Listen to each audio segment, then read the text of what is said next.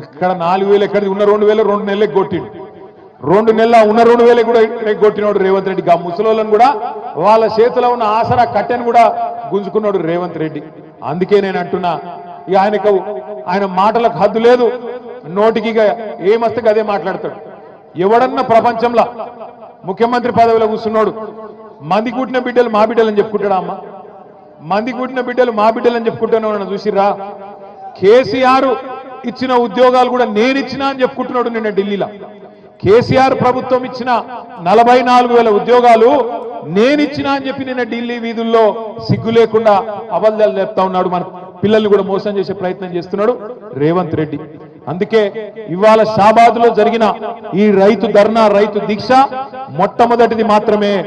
రేవంత్ రెడ్డి ప్రభుత్వానికి మేము చేసే విజ్ఞప్తి, 26 జనవరి నుంచి నువ్వే చెప్పినావు 15,000 అనే మాట, బరాబర్ 15,000 ఇయ్యాలి. కౌలు రైతులకు కూడా ఇస్తా అని చెప్పినావు. 22 లక్షల మంది కౌలు రైతులకు నేను రైతు బంధు వేస్తా అని చెప్పినావు. భూ యజమానులకు అలాగిస్తా, కౌలు రైతులకు అలాగిస్తా అని నువ్వే చెప్పినావు. మాట నిలబెట్టుకోవాలి. కౌలుదారులకు కూడా నువ్వు చెప్పినట్టు 15,000 ఇయ్యాలి. అదే విధంగా నువ్వు ఇంకో మాట ఇచ్చినావు, భూమి జాగా లేనోళ్లకు రైతు కూలీలకు నెలకు 1000 రూపాయల చొప్పున సంవత్సరానికి 12,000 ఇస్తా అని చెప్పినావు. బరాబర్ రైతు కూలీలకు కూడా 12,000 రూపాయలు ఇచ్చి తీరాలి. రైతు కూలీలకు ఇయ్యాలి, కౌలు రైతులకు ఇయ్యాలి, భూ యజమానులకు ఇయ్యాలి. ఆ రోజు రేవంత్ రెడ్డి ఒక డైలాగ్ కొట్టిండు, 2 పంటలకు కాదు 3 పంటలకు ఇయ్యాలన్నాడు. 2 పంటలకు కాదు 3 పంటలకు రైతు బంధు ఇయ్యాలన్నాడు. నేను ఒకటే అంటున్నా, రైతుల తరఫున, ఎందుకంటే రైతు కులం లేదు, రైతుకు మతం లేదు, అన్ని కులాలోళ్ళు ఉంటారు, అన్ని మతాలోళ్ళు ఉంటారు. 70 లక్షల మంది రైతుల పక్షాన, 22 లక్షల మంది కౌలు రైతుల పక్షాన, భూమి లేని నిరుపేదల పక్షాన ఇలా బీఆర్ఎస్ పార్టీ అడుగుతున్నది. ఇచ్చిన మాట నిలబెట్టుకో, ఇయ్యకపోతే నిలబెట్టుకోకపోతే రేపు స్థానిక సంస్థల ఎన్నికలనే కాదు మళ్ళీ ఎలక్షన్లు ఎప్పుడొచ్చినా తప్పకుండా ఈపు చింతపండు చేసే బాధ్యత మా ఆడబిడ్డలు మా రైతు బిడ్డలే తీసుకుంటారనే మాట కూడా విజ్ఞప్తి చేస్తా ఉన్నా. షాబాద్ లో ఈ రోజు నిజంగా కూడా నేను పట్నం అవినాష్ రెడ్డి గారిని అభినందిస్తా ఉన్నా.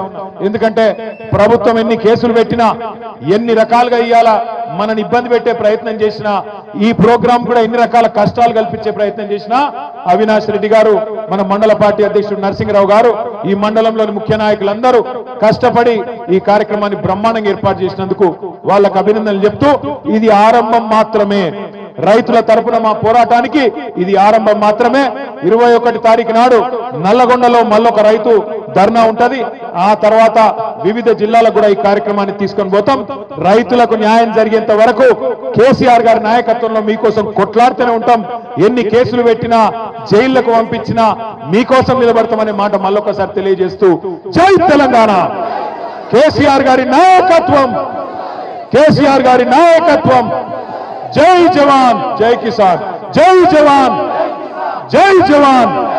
Thank you. జై తెలంగాణ, జై తెలంగాణ. ఆకలి అవుతుందా ఏంది? జై తెలంగాణ.